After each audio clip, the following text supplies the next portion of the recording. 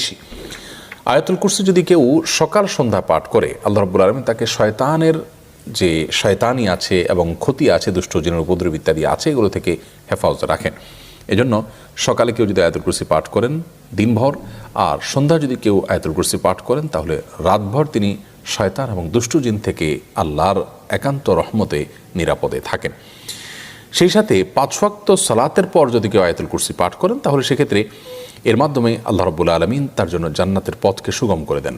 হাদিসে আসছে নবী আলাইহিস সালাম থেকে বর্ণিত হয়েছে যে লা ইয়ামনাহু মিনাল জান্নাতি ইল্লা ইয়ামুত।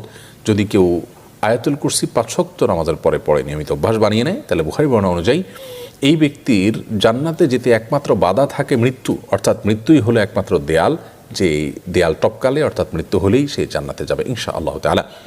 অতএব আয়াতুল কুরসি 5 ওয়াক্ত সালাতের পরেও পড়ার পরে বিশেষ গুরুত্ব আরোপ আমাদের করা উচিত। সেই সাথে রাতে যখন আয়াতুল কুরসি পাঠ